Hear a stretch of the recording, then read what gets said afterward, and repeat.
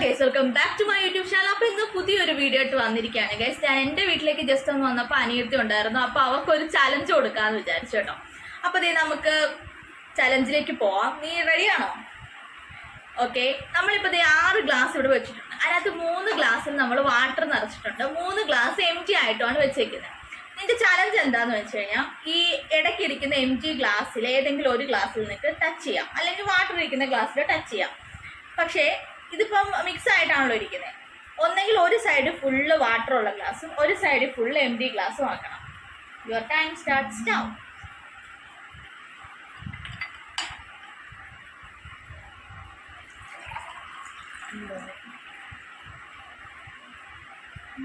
ബുദ്ധിയുണ്ട്, വിചാരിച്ച പോലൊന്നും അല്ല. നമ്മളത് ചെയ്യുമെന്ന് ഞാൻ ശരിക്കും വിചാരിച്ചില്ല കേട്ടോ.